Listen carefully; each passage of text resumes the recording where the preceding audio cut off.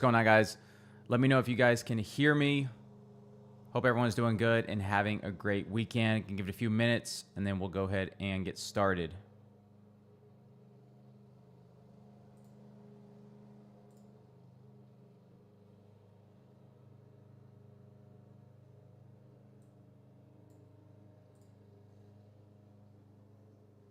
What's going on, Brian? Gym Hunter's on top. Good to see you guys here. Hope you guys are doing good. It's going to be a great stream, guys. We're going to talk about how to identify a bear market in crypto and then a few metrics that I look at as well. What's going on, Tobias? Good to see you here. Okay, awesome. Glad you guys can hear me. Let's give it a few minutes, guys, and then we'll get started. So I will be right back. Let me see if I can get a clock going for you guys real quick. 1 second.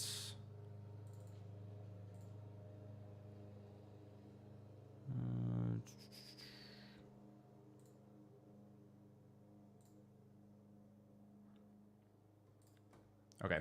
Well, I'll just be back in a few minutes.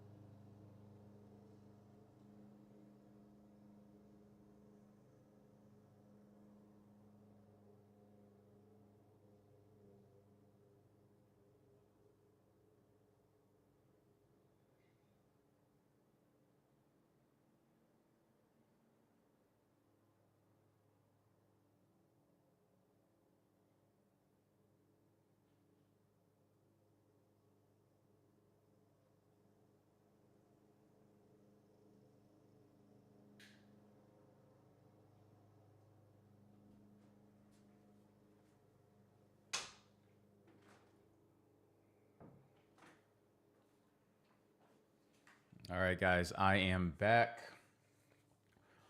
What's going on? Sparakos, Akshay, Peak Within, Justice, Aculite, Philip, Darian, Trolls. A lot of good people here. Yes, Justice, I have seen ETH recently. Everything's pumping, guys.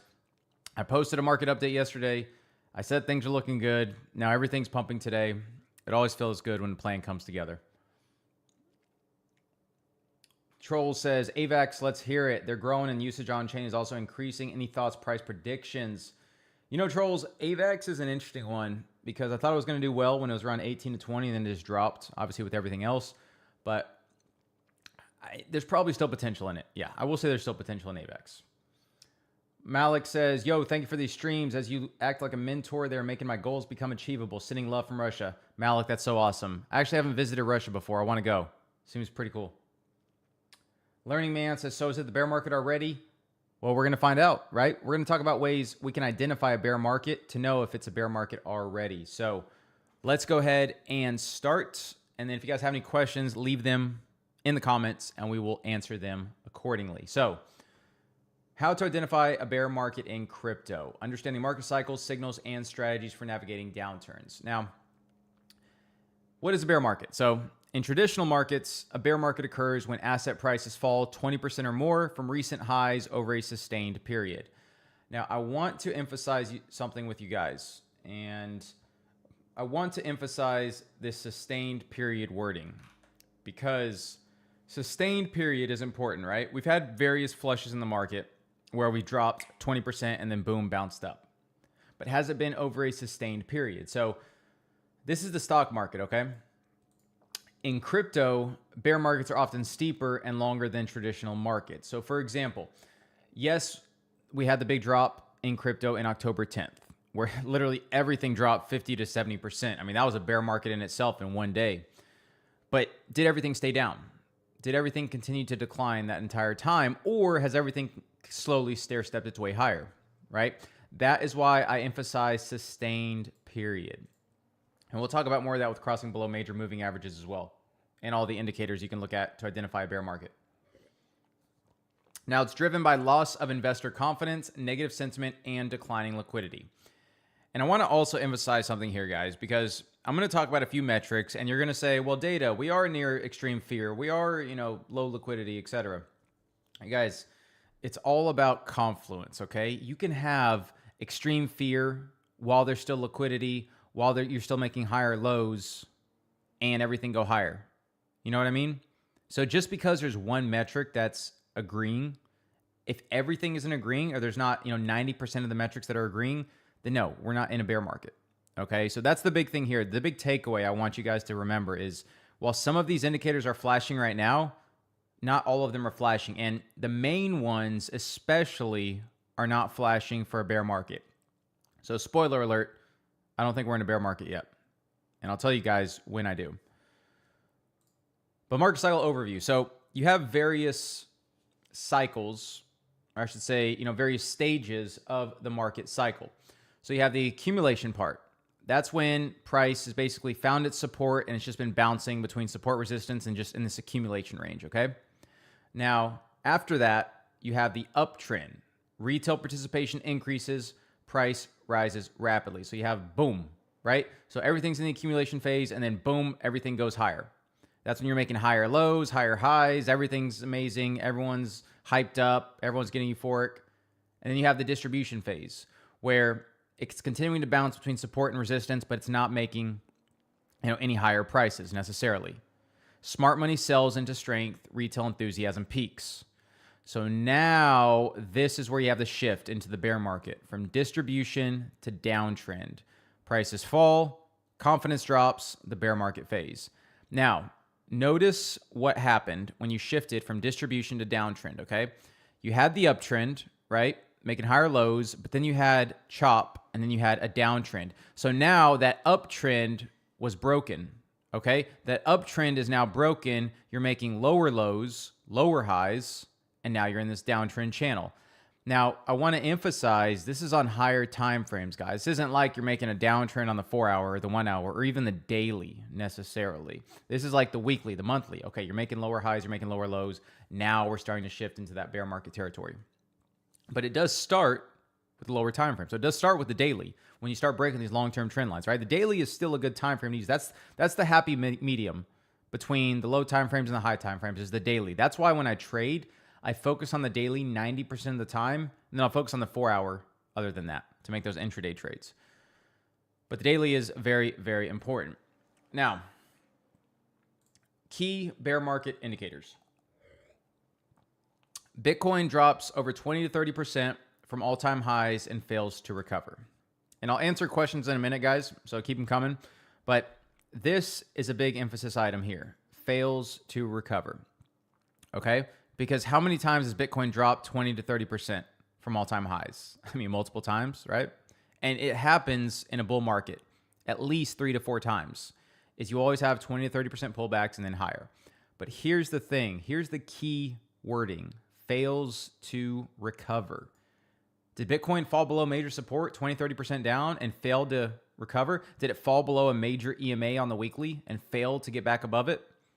That is the key. Next, major altcoins lose 60 to 90% of value. Now, yes, October 10th, most altcoins lost 60 to 90% of value. Did that mean we're in a bear market? No, because why? Because it wasn't over a sustained period. It was a quick liquidity grab to the downside and then bounce. Remember, guys, this is key. Pay attention to the wording here. So you're going to see alts lose 60 to 90% of their value over time. Then yes, you could technically be in a bear market.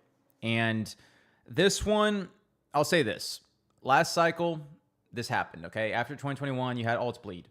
Now, I will say this cycle, a lot of alts have lost a lot of value because there's been such a dilution of capital. And so while we do have some of these indicators of a bear market, you have to look at the overall environment.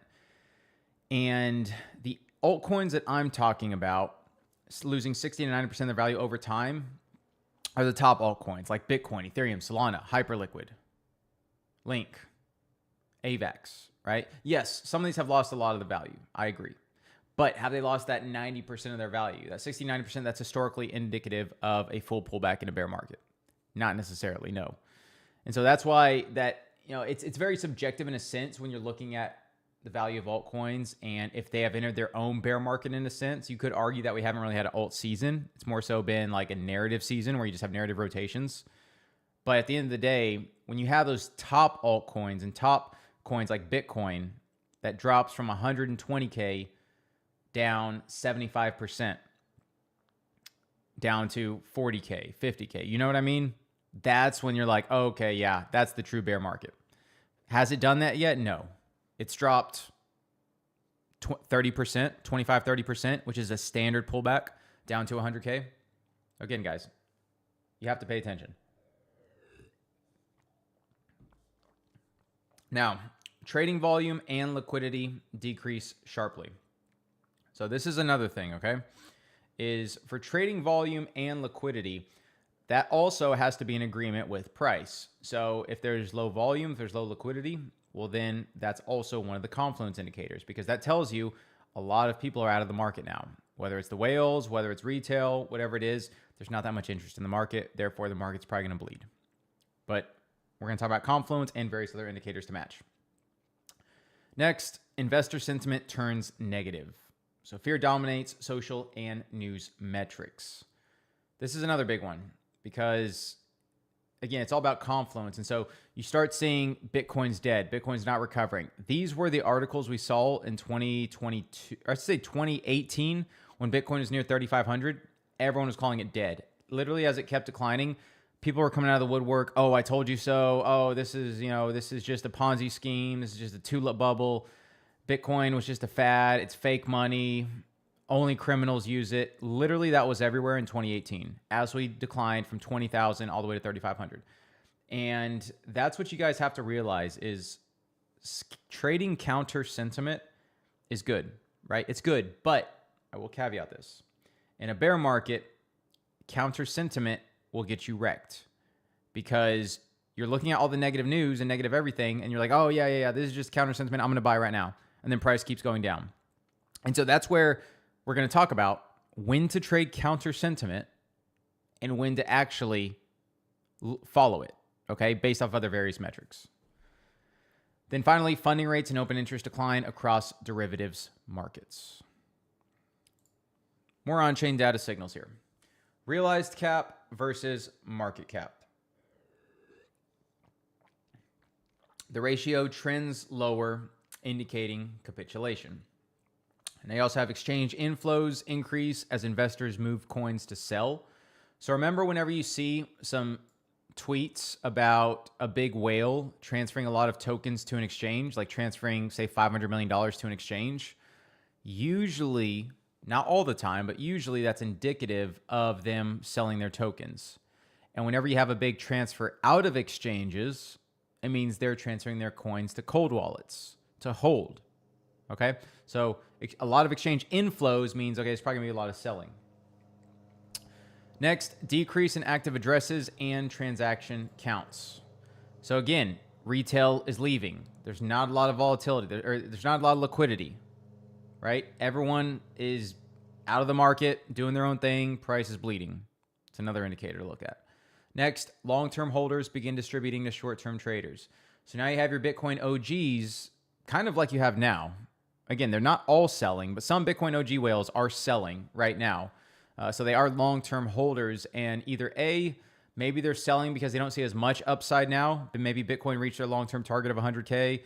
Maybe they, I don't know, maybe they know something that others don't. They see adoption has dwindled, or they see it's reached exhaustion, right? There's all kinds of reasons why long-term holders could be selling, but that's also a metric to watch. So we can't ignore it, guys. Bitcoin whales are selling right now. We can't ignore it. Is this the bear market? I don't think so yet. But again, there's going to be a few things I'm going to talk about in a minute that is without certainty should tell us that the bear market is here. And then you have your MVRV, market value to realized value below 1.0 marks capitulation.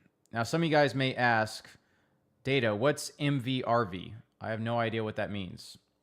Well, MVRV is a great way where you can measure, obviously, like I said, the market value to the realized value. So let's go over exactly what this is. I'm gonna give you guys a little explanation here. So the market value and the realized value, they're two key on-chain metrics. They're used to measure the network's valuation and the investor behavior. So think of market value being the current price of the asset multiplied by the total supply in circulation. Okay, so it represents what the market thinks the total network is worth right now. So for example, say you have Bitcoin at $100,000 and there's 19.7 million circulating Bitcoin. Well, the market value, also known as the circulating market cap, is going to be that X amount, right? That 1.97 trillion, okay?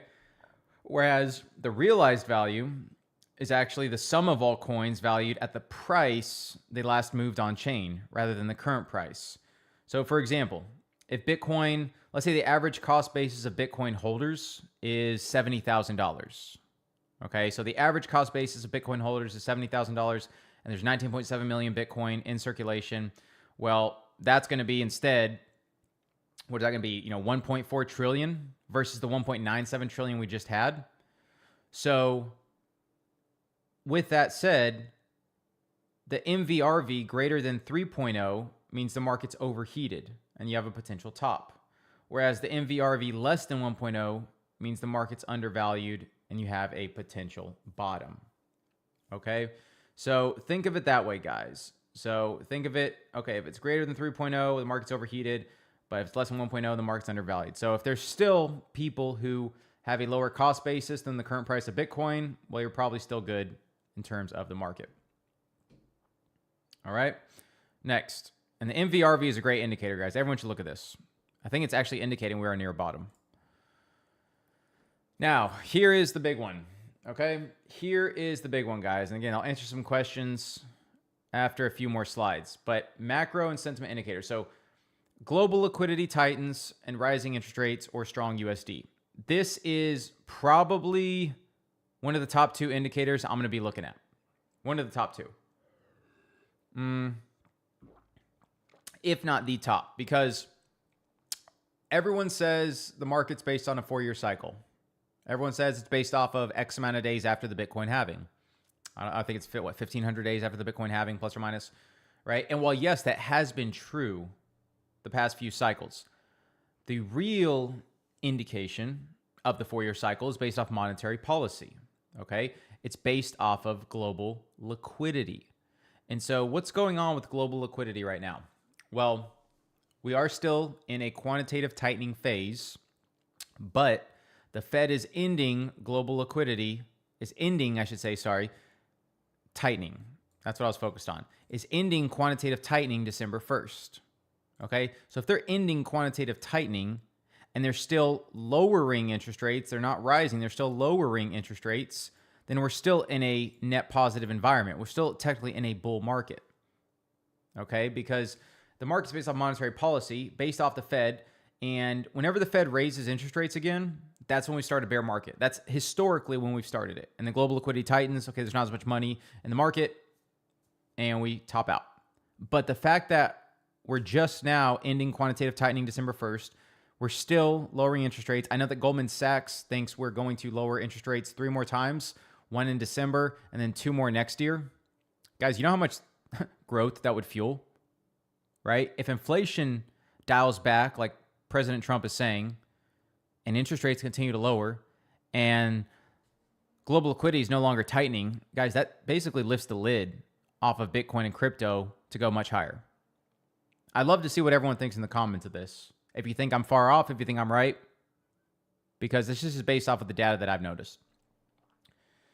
And then correlation with traditional assets like NASDAQ increases. This is more, I wouldn't look too much into this. It's just something that in the past has worked a little.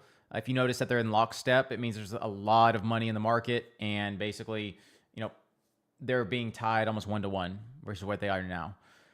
Extreme fear on the crypto fear and greed index. So you're going to have extreme fear during bear markets. Now, one thing I want to tell you guys is we've had extreme fear. I think it was a few days ago. We had the fear and greed index at 20. So what did that mean? That means that everyone was scared. They didn't want to invest. Now, yes, that was an indication. That is an indication of, potentially a bear market, but your other indications didn't line up. Like I said, global liquidity is lifting and tightening December 1st. Interest rates are still decreasing. Bitcoin is still above its major EMAs. still making higher lows on the major time frames, on the higher time frames. Liquidity is still there in the market. You see what I mean, guys? So that's when you use extreme fear as a counter sentiment indicator. That's when you buy whenever everyone's scared. But these indicators are indications of a bear market when everything else is in confluence. Then you have negative funding rates across perpetual futures. So basically everyone, the shorts are paying the longs and everyone's shorting. Then you have major news outlets publish bearish or crypto's dead narratives, okay? Again, they get more confident. They start dancing on the graves of Bitcoin and crypto, and that's usually peak bear market there. Now, let's go ahead and answer some questions from you guys. So let's see what people are saying, and then we'll go over some more slides here.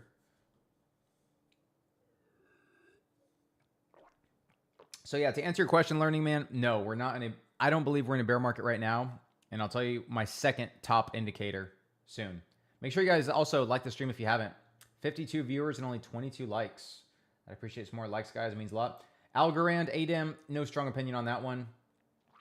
What's going on? AJ Riadil, Unknown. Anas, a lot of good people here. TK, what's going on? Hey, Kevin, good to see you. Oh, yeah, Kevin, that's right. We hung out in Bali. Guys, the Bali Mastermind was crazy. If any of you guys went to Luke's Capital Club Bali Mastermind, absolutely insane. Tech, come on, guys, just drop a like to support the work. Yes, would very much appreciate that. Let's see. Kurt says, I struggle with self-control and need to be able to lock away my Bitcoin for a few years. How do I do that so it's impossible for me to sell to fiat? So the way you do that is with a cold storage wallet. And I'll buy a Trezor, okay?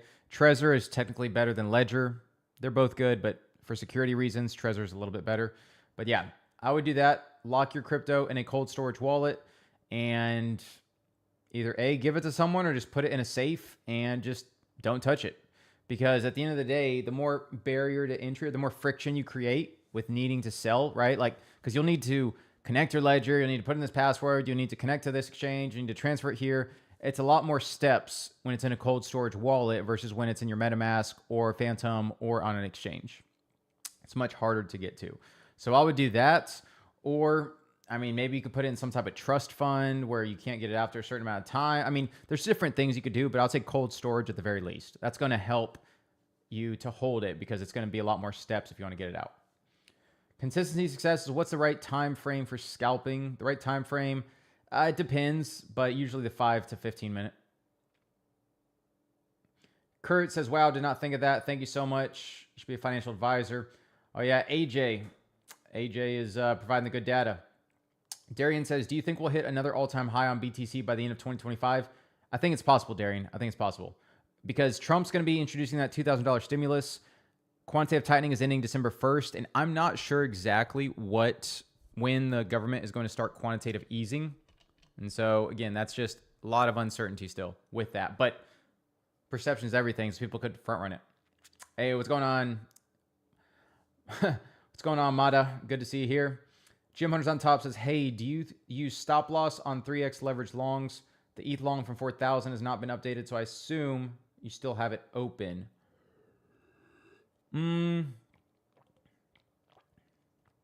Okay, so Jim Hunter's on top. I think you're confusing me with Luke. So I am not Luke Belmar. I am John Luke. Different people. Our voice may sound a little similar. But yeah, if Luke hasn't updated on that, I assume... Well, no, I mean, so the 3x leverage long from 4,000, pretty sure everyone got liquidated. Like, I'm pretty sure all leverage positions got liquidated regardless on the October 10th date. So yeah, that position's probably no longer there. If you're still in one, congratulations. Then you're probably fine staying in that. But there's a lot of resistance near 35 to 36. So if ETH can break above 36, then it'll be look very, very good. What's going on, Leonardo? Darian says 6.8% of the global population uses cryptocurrency. So I think we're still pretty early in crypto. There you go. Bruno says it's meant to go down a bit more and go up until the end of the year. Yes.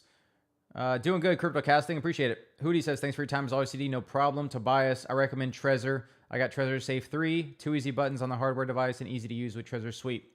Appreciate that share, Tobias. Yeah, that's a great, great cold storage wallet to use. Hey, what's going on, Chud Jack? Good to see you here. Leonardo says, I believe on Tuesday it's a huge red day to buy. Yes, Leonardo. Thank you for reminding me that as well. Tuesday has been red, I believe, the past 15 weeks in a row. And so when that trend breaks, you can expect the market to really start pumping. Samantha says, I keep reading about the AI bubble bursting. Is this true or FUD? So there's a lot of talk about the AI bubble bursting, and I'm not going to say it's not. I do still say that there is still a lot of developments with AI, and we've barely scratched the surface. Obviously AGI, artificial general intelligence, like sentient AI, is a big milestone everyone's still looking forward to. And we still have a lot of different AI agents being created. And again, I don't think it's reached full saturation yet. I think in 2 years, AI will reach full saturation. Right now, we're still in that main, I don't even call it euphoria phase because that indicates the top, but we're in that hype phase right now. Let's see. BTC dominance has a head and shoulder, a weekly and monthly time frame. Hey, appreciate you sharing that. Definitely have to watch that out for. That's good for us. Samantha says, how do you expect another dip to 99 to 97K before we go up? It's possible. It's possible. And we'll talk about that as well on the next indicator I'll talk about in the slide. So Bruno says, your voice is so similar to Luke's. It's funny, Bruno. Some people say that, and some people say I sound nothing like him. So I think it's just depending maybe how many videos you've watched, or maybe it just depends on what mic I use, because I'm on a different mic than I've been using the past couple weeks. Let's see. Okay. Now, let's go ahead and go over a few more slides, guys. And then once I reach the end, then I'll answer the rest of the questions. So I ended on Mezki. I'll answer his question after that. Okay, chart patterns and technical signals. So lower highs and lower lows on weekly charts. This is probably my second indicator. I would say the second or third indicator is this one that I use. The first one is the global liquidity tightening and rising interest rates, and then a strong dollar, DXY. But the second or third is lower highs and lower lows, because you're looking for a shift in market structure, a break in market structure, I should say. Because in a bull market, you have higher lows on the higher time. Like the weekly or monthly, you have higher lows, okay? And that indicates you're still in that uptrend. You're still in that bull market. But the moment you start kind of chopping around and then start declining and breaking those trend lines, those uptrends, right? That's when potentially, okay, now we could be entering a bear market. So look for a change in market structure. That's going to be a big indication that potentially we could be shifting from a bull to bear. Death cross, this one, I don't like to focus on this one as much. I put it because a lot of people talk about it. The 50 EMA is crossing below the 200 EMA. Now, yes, this is significant, but at the same time, you have to be able to, I should say, you have to be able to, one, realize that, well, yes, this can be bearish. A lot of times, price actually bounces off of this cross. So it'll cross, price will maybe, bounce into it and then reject off of it, continue lower. So it's all about what time frame this is on, and it's historically on the daily time frame. And so basically what this means is the market is shifted, and now you're seeing more of a downtrend versus an uptrend. And so that's the biggest thing, is if the market is sustained under these EMAs, right? We talked about for a sustained period of time, then yes, this death cross could indicate that we're shifting down. But usually these death crosses only last for a few days and then we go higher. So that's the biggest thing, is it sustained. RSI remains under 50 for extended periods. Again, this is more so for your weekly and monthly time frames. We've seen countless times where the RSI is under 50, it gets oversold, but then it bounces higher. But the thing is, extended periods. We're talking about, 4, 5, 6, 7 weeks. Okay? That's the big thing. So you have to make sure that there's other areas of confluence with this. And then breakdown from key support zones with no strong recovery. So that's the big thing, guys, is breakdown from key support zones. So that's a similar thing, is no strong recovery. Just what I was talking about earlier. So you're making lower highs and lower lows. You're breaking those key support levels. It's going to be actually a dead cat bounce. Previous support turns resistance, and then you're just continuing downward. Again, break of market structure. And then also, this goes into the EMA I was talking about. So I focus on the 50 weekly EMA. And that's something where I can also talk about in a minute, but the 50 weekly EMA is my big one. Okay, so I'll actually add that here. Okay, so breaking below weekly 50 EMA, or 50, yeah. Okay.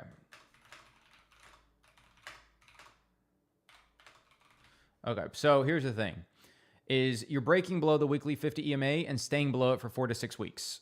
because this is a major EMA. Bitcoin has bounced off of this multiple times. You see it bounced off of it, even the past couple of days. It was near 100K. And the reason I focus on the weekly 50 EMA is because it's bounced off it multiple times in the past. It's an area of significance.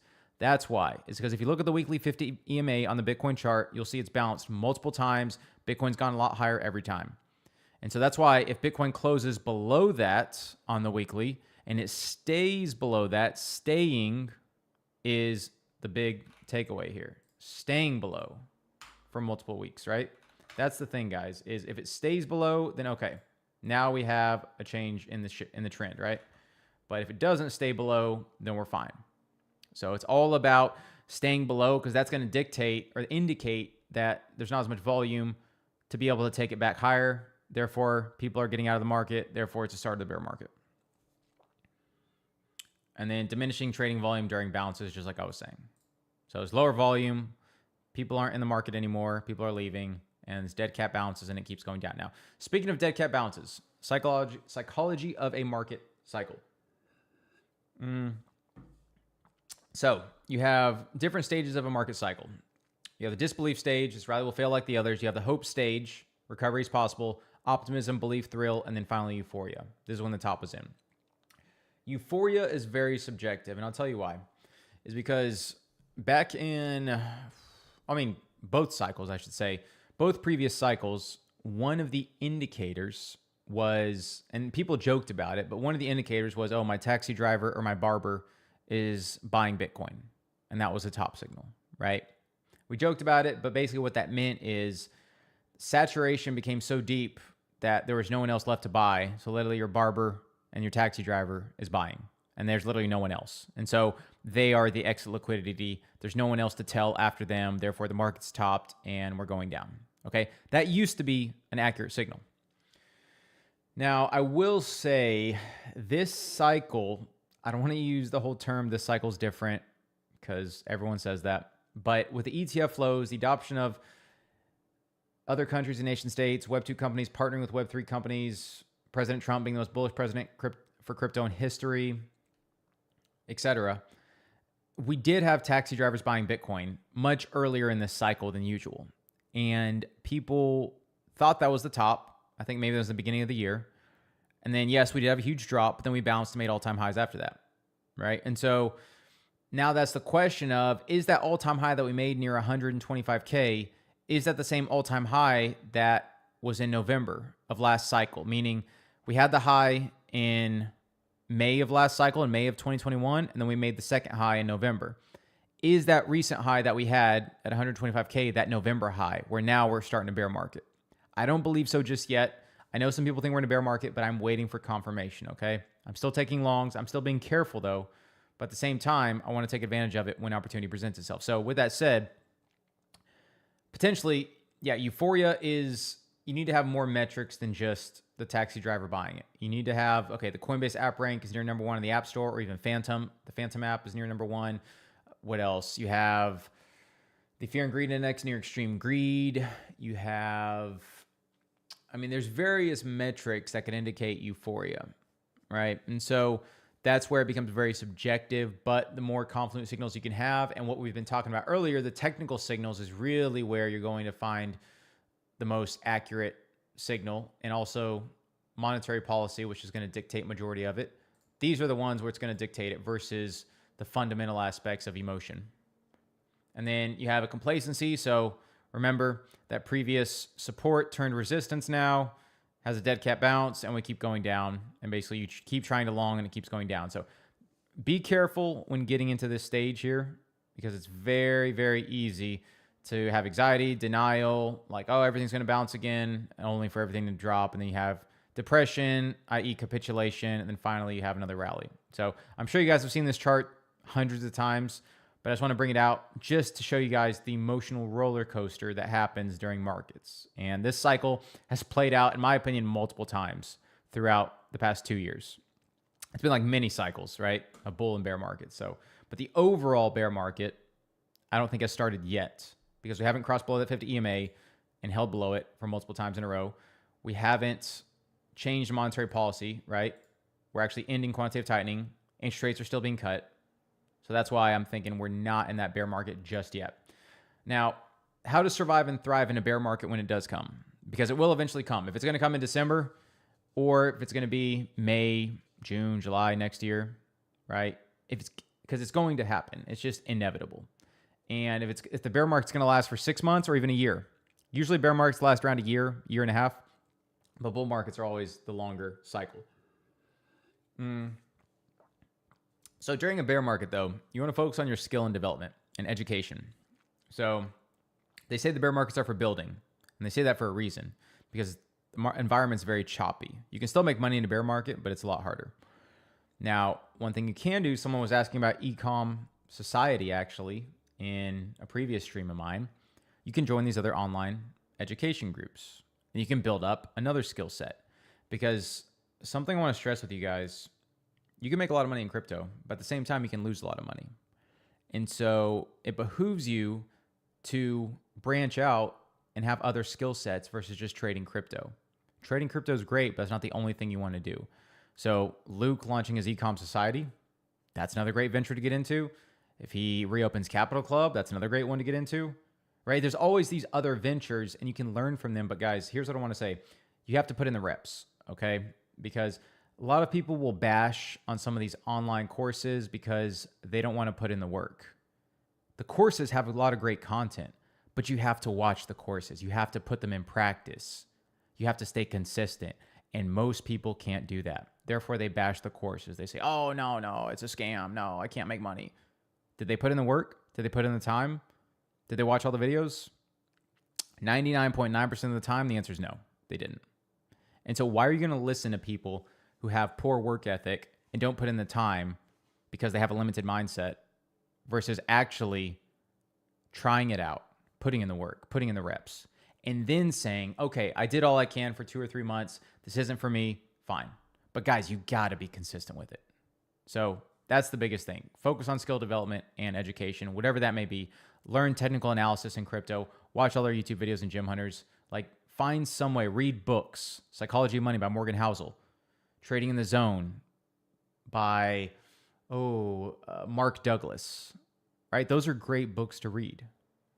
But you have to be able to put in the time, guys. That's a common denominator for any successful person. In a world full of instant gratification, focus is a superpower. Next, accumulate fundamentally strong projects, slowly DCA. Now, here's another thing I want to talk about, because people think that their token is the best one in the world, right? They think, oh yeah, it's a great project. It's going to go up. Well, there's a difference. The dilution of capital that we've had this cycle has been unlike any other cycle prior, because we've had platforms like Pump.Fund, Ford.meme, Ford Foundry, all these launching platforms that just literally have flooded the market with thousands of tokens per day. Not even per week, but per day, thousands of tokens. If you're in 2017 and you're trading, you maybe had, 10, 15 tokens created per day? Nothing like today where you have thousands. And so that's where you have to shift your mindset and you have to adapt, because the quality and the trait of a great trader is being able to adapt to the market and be unbiased no matter what. And so looking at whatever token you're holding, in my opinion, guys, it's going to be probably one of the top 200 tokens. You want to pick from that basket. You don't want to try looking at a token that's, rank 1,000. Yes, that token can still do well, but you're looking for tokens that have a lot of opportunity.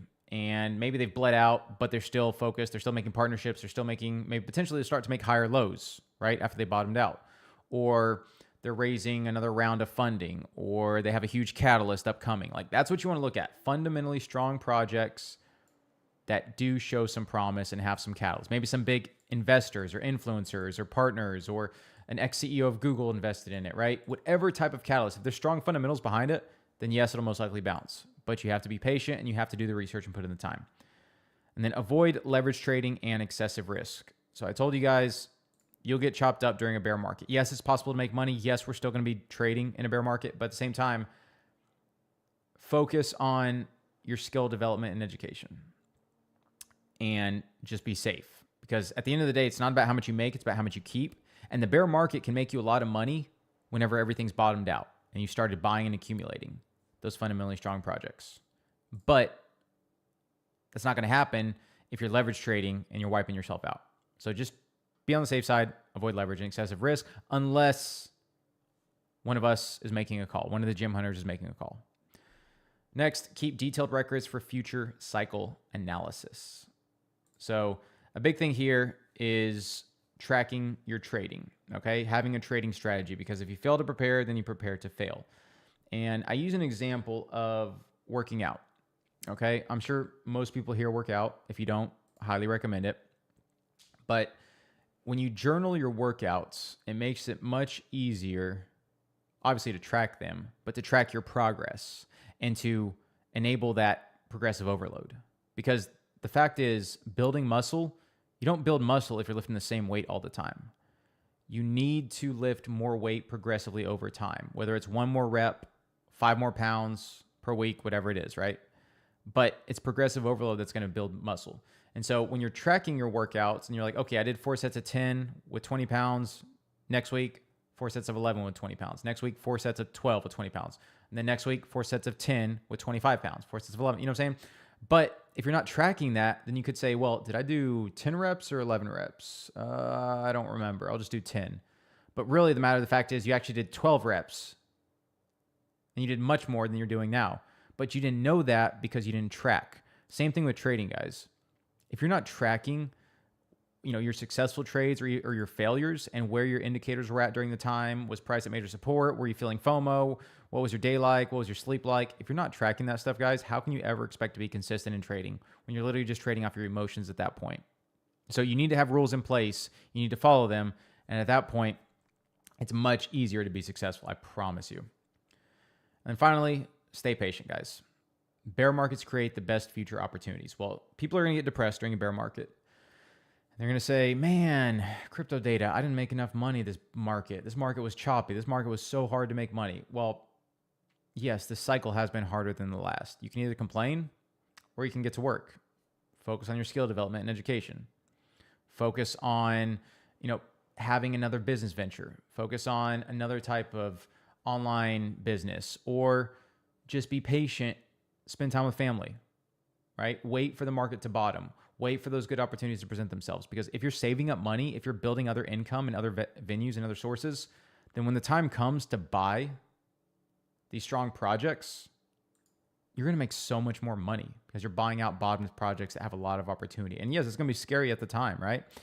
But if you're buying some of those strong projects, and I'm talking about some of the main ones, guys, like Sui, Solana, Ethereum, Hyperliquid, right? Some of the main ones. If you're buying these at these low prices, eventually they will go higher just based off of monetary policy, based off of technicals, et cetera. And you can wait until it starts making higher lows, starts breaking above those major EMAs, et cetera, right? But what I'm saying is just being patient and not taking a trade is sometimes the best trade you can take, because you're just waiting for those opportunities to come. And at that point, you're focused on yourself, and then you're going to be that much of a better trader when that bull market comes and when that easy mode returns. So in summary, bear markets are natural parts of crypto cycle. Don't get depressed. If we go into a bear market the next few months, fine. We're going to find ways to make money. They're defined by prolonged price decline, fear, and low liquidity. So the big thing is confluence, right? Lower lows, lower highs. You get to that extreme fear, and liquidity dries up.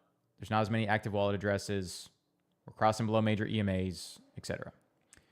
Third, recognizing on-chain macro and technical signals can prevent large losses. So do not ignore the technical signals, guys. Once we're crossing below those major EMAs and staying below them, once liquidity dries up, and once those OG whales start getting out and start distributing to the short-term traders, then potentially that's when you need to start getting out of the market. And then finally, stay disciplined. Every bear market eventually becomes a bull market. It's always darkest before the dawn, as they say. So if you're patient, then you will become successful. I promise you, but it's going to take some time and it's going to take some effort, because like I said, patience is a virtue. So you need to be able to stay disciplined and just take, if you're not taking trades, then just improving yourself, because eventually that bull market will return. And then everyone who was, not improving themselves and everyone who's just partying and all that, they're not going to be ready for it when it comes. But you're going to be watching it. You're going to be watching for those higher lows. You're going to be watching for breaking above major EMAs. You're going to be watching for sentiment to change. You're going to be watching for those major monetary policy changes, and then you're going to be one step ahead, or actually 10 steps ahead of everyone else, and you're going to make that much more money. So with that, guys, let's go ahead and look at a few more questions.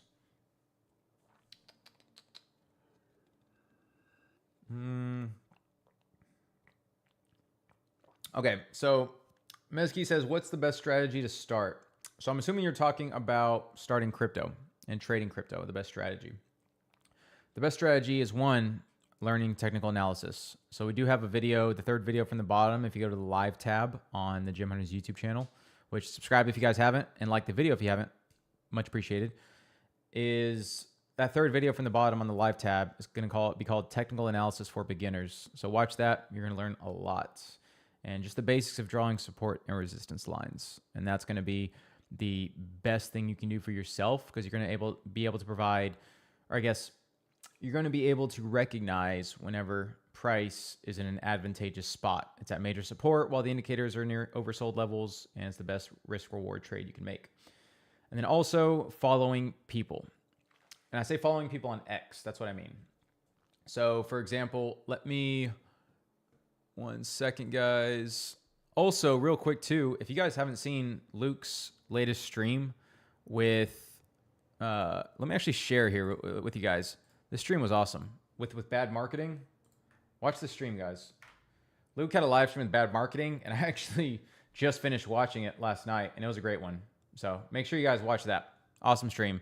But following people on X, following legitimate people who are accurate is a great one. So myself, linked it right there. You also have Benjamin Cohen into Cryptoverse. Great guy. I mean, the guy is super accurate. I'll link his account as well. And you also have Virtual Bacon. He's another great account, macro-wise. The biggest thing is following legitimate accounts that predict these moves. And also, Donnie is actually a good one too. Donnie has a lot of confluence in his analysis. Not confluence in his analysis, but he has a lot of metrics that he analyzes, and he's very accurate in it. So he's a good one as well. Then obviously follow the Jim Hunters X account if you guys haven't. I'll go ahead and link that. And I'm sure everyone here is already following Luke Belmar. So, but yeah, guys, those accounts are some good ones to follow. What other questions we got? See, Power Praise, do you reckon we see another flush on BTC or continue to rally up now? Short-term thoughts. So I'm thinking we may start to have another run here. We may start to have another run. Now, here's what I'll say. There's a lot of resistance on Bitcoin near 104 to 106K. Okay? So if we can't close above those levels, we may have a further drop. But for the time being, I am tentatively bullish just because of Trump's stimulus, the potential government shutdown reopening, or ending, I should say, interest rate cuts being more of a certainty for December, a lot of different things happening, quantitative tightening ending, etc. Peak Within says, why Tuesday something with new and full moon? So no, I think Tuesday peak it's just every Tuesday it's dropped in the past 15 weeks. I mean, it's every Tuesday the market's dropped. So I don't know the exact reason for it. I can speculate. You can ask ChatGPT. I think the main reason it was saying was people, they want to trade after the weekend. So Monday they usually trade, but then Tuesday after that euphoria ends, people sell it off. I mean, who knows, right? There's different theories, but yeah, I think it's just a trend that I've noticed. And when it breaks, then maybe we could really start booming. Brome says, ACD, how you doing? Timeline is messing with the following live stream. Hey, sorry about that, Bromes. Let's see, AJ, what are you thinking on Solana right now? Continuation or pullback? Ooh, so Solana had some resistance near 166, AJ. So actually, myself, I took a trade on Solana for 158, but there's some resistance near 156, and so just keep that in mind. If it can close above that on the daily, like over 167, I would say, then the next target I'd look for would be 175. But some indicators are being overbought, so probably a little pullback on Solana to 160. Bjorn says, do you use any AI tool to keep track of all these bear signals? I don't, Bjorn, but that's something that is good to do. If you have like a signal tracker, or even on TradingView, you can actually have a scanner where you can that can alert you if, like, say the RSI is oversold on a certain level. Samantha says, thanks for your opinion on AI because I have a lot of AI tokens. Yeah, no problem. That's the biggest thing is if those AI tokens are still performing well, if they're holding up well, then yeah, continue to hold them. But the moment they start showing weakness relative to other tokens, meaning if they're showing weakness relative to Bitcoin, Ethereum, Solana, Hype, etc., then maybe you should start, getting out of some. That's the biggest thing. Are they respecting their support levels, or are they crossing below them, rejecting off them as resistance and continuing downward in like a downward channel?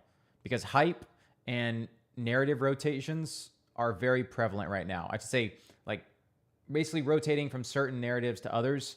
We've seen that with privacy tokens like Zcash, and then you have XMR pumping, then Litecoin, then a few others. And so just keep that in mind. Jim Runners on top is you're right. It was Luke that posted that call. My bad. Hey, no problem.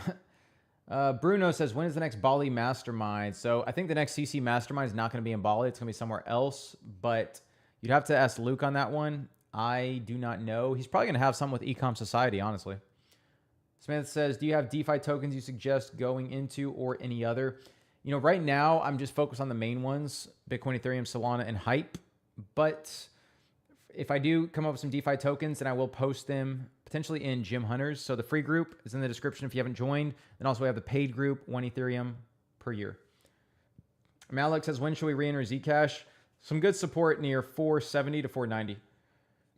Road to Million says, hey, do you think Litecoin can go up to 200 soon? I think it's possible. I think Litecoin does have some promise.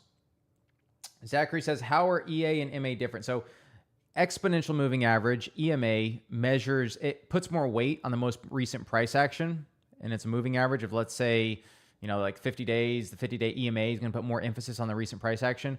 Whereas the MA, or like the SMA, the simple moving average, is going to put an average or the same weight across those 50 days. And so it's a little bit different. I like to use the EMA because I like to be reactive, or I should say proactive, but in a sense reactive, because I like to have my moving averages react to the current environment and then be able to identify where those SR lines are at, support resistance accordingly. Darian says, do you think if the government opens back up and the market doesn't move, then would you call it a bear market? No, definitely not. Like there's more indications just besides that. Like you have the monetary policy. So we still have interest rate cuts, quantitative tightening ending. We still have Bitcoin above its 50 EMA on the weekly. Like there's still a lot of indicators. Like if the government reopens and the market doesn't do anything, it means people priced it in. It means people are expecting it to reopen. That's probably where we're having the pump right now.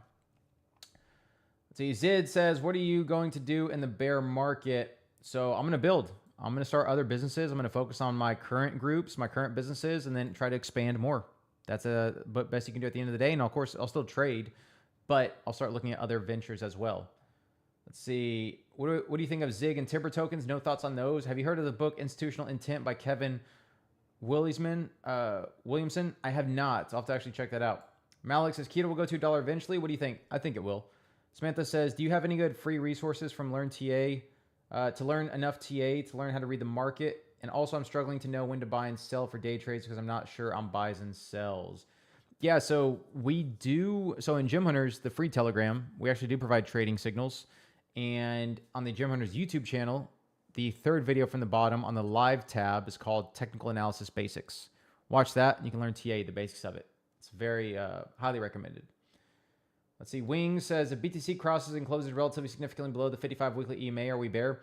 If it's significantly, I mean, technically yes, but it has to be for multiple weeks in a row. If it just quickly wicks below it and closes below it, maybe not. But yeah, it depends how much lower it crosses below it, right? If it's like 92, 90K below it, probably in a bear market. See, Samantha says, I've heard of using Dex Screener, but don't know where to find USDT for certain tokens. USDT for certain tokens. So you can go to TradingView, or even CoinGecko. CoinGecko or CoinMarketCap. You'll be able to search the token ticker symbol and then be able to identify the chart on there. But TradingView should have most tokens. Now, if it's a new token, TradingView is probably not going to have it. Dex Screener is going to have it at that point first. But if you're looking for like USDT pairings and trying to do different pairings, then yeah, TradingView is a great charting platform to use. Let's see. Malik says, what's your swing trading strategy? Simplified, it's looking for the token to be at major support on the daily or weekly time frames, while the RSI and or stock RSI are also oversold. And potentially you have low sentiment, so you're near fear or extreme fear. And then also you have, a high amount of liquidations and a large amount of ETF flows. Like those are some indications I look for to say, okay, maybe it could be a good time to long, because I'm a big counter sentiment trader and like mean reversion trader. Jim Burns on top says, I have open Bitcoin 3x leverage long from 112K, which is also Luke's call from 3 months ago. Liquidation is 85K. What would you recommend in this case? You're probably good still holding, because if we do have a bottom in Bitcoin, I'm seeing it maybe at 90 to 92K as the bottom. Malik says, could you give me an example of a perfect setup you would take? Yeah, so just explain that. Samantha says, very good analogy with working out. I just started exercising last week and planned on increasing more reps and loads in sessions from tomorrow. 4x instead of 3x a week from last week. That's awesome. And that's the biggest thing, right? Is being able to track those workouts, because when you track your workouts, I promise it makes it so much easier to build muscle, because you're literally just looking at last week and you're like, okay, I did 10 reps. This week I'm going to do 11 reps. Next week I'm going to do 12 reps. And then I'm going to increase the weight afterwards. And then it's just continuing on. So yeah, 100%. And appreciate that. Glad you enjoyed it. See, Cactus says, Pal is definitely not respecting anything right now, just straight dunking. Yeah. That's the thing, guys, is in a very rotation-heavy market, these narratives, they shift pretty fast, and tokens that don't hold their major support levels and are consistently in a downtrend, those are the ones that you want to get out of. You want to look at relative strength at the end of the day. When everything's dropping, what's rising the most? What's holding its value? When Bitcoin's dropping, what's holding its value? When Bitcoin's rising, what's rising more than Bitcoin, right? Relative strength is everything. Jorge says, thoughts on Aster? I'm indifferent about Aster. It'll probably do well. Most likely it'll do well, but just the token to trade is just horrible. I mean, it's just so much chop. If you can get it near 90 cents, I know that's the level that CZ says he would buy it at, and that could be a good support. Hey, no problem, Road to Million. Bruno says, is it time to buy XRP? I think I have to look at the chart. I haven't looked at it in a while, but maybe around 220 to $2. That'd be a good level if it's near there. Cactus, do you think the current U.S. news to start distributing 2,000 stimulus can improve the current market conditions? Yes, I do. Yes, I do, because people are going to front run it. People are going to perceive that as bullish, because they're going to perceive it as all this money's going to go into the market. People are going to spend it on investing, etc. So I do believe it's going to be bullish. Nerubia says, can I copy trade you? So I'm not doing any copy trades currently, but stay tuned. Maybe I will. Follow me on X and look at my messages on there. I may start posting some stuff with that. But with that said, guys, it is an hour past since we started, so that is going to do it on the stream. If you guys haven't liked the stream, definitely like it. I would greatly appreciate it. Also, if you guys aren't not following me on X, definitely do so. I post a lot of good content, and I try to keep you guys as updated as I can. I just linked my X account there. And like I said, guys, patience is everything right now. We're looking at the technical indicators. We're looking at the fundamental indicators. Everything looks good. The bull market still looks intact. The big indicator that it is not intact is going to be a close below that 50 EMA and staying below it for 4 to 6 weeks on the weekly, and also making lower highs, lower lows, a break in structure, and then also global liquidity changing with rising interest rates, etc. So there's a lot of things that still need to happen for a bear market, but I should say these technicals is going to be a big one with this 50 EMA on the weekly. That's going to be a big one right here. So keep an eye on that. But thank you guys so much for watching. Hope you guys enjoyed it. This will be posted on the Jim Hunters YouTube channel shortly after this ends, so you guys can watch it if you missed any of it, or if you just want to retain some more lessons. So thank you so much.